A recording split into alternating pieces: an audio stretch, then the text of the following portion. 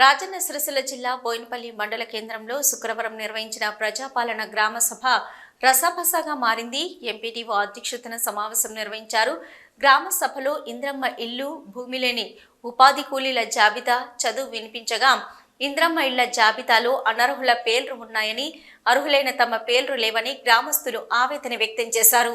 ఎన్నోసార్లు దరఖాస్తు చేసుకుంటున్నా తమ పేరు జాబితాలో లేదని మహిళలు తెలిపారు. కొద్దిసేపు సభలో గందరగోళ పరిస్థితి నెలకొంది.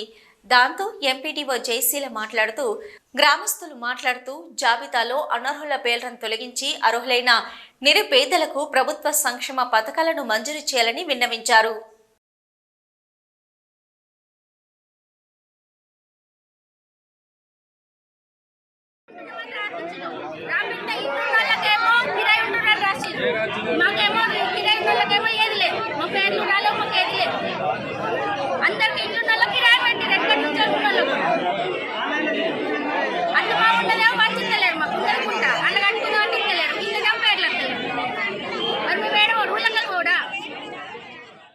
మరి ఇంద్రమ్మ ఇళ్ళ ఎంపిక ప్రక్రియ ఈరోజు జరిగింది.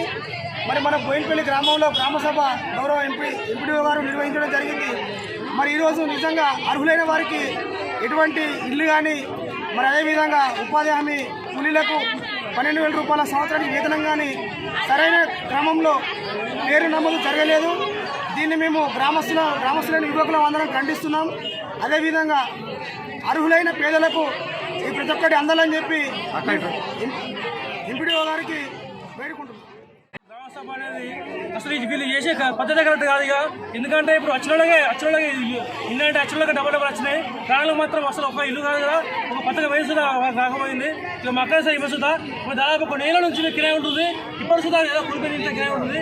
ఏమే చేయాల్సింది పోయి వేరే ఉన్నోళ్ళకి ఇల్లు ఇచ్చి మాత్రం బాగా తప్పనిసరి.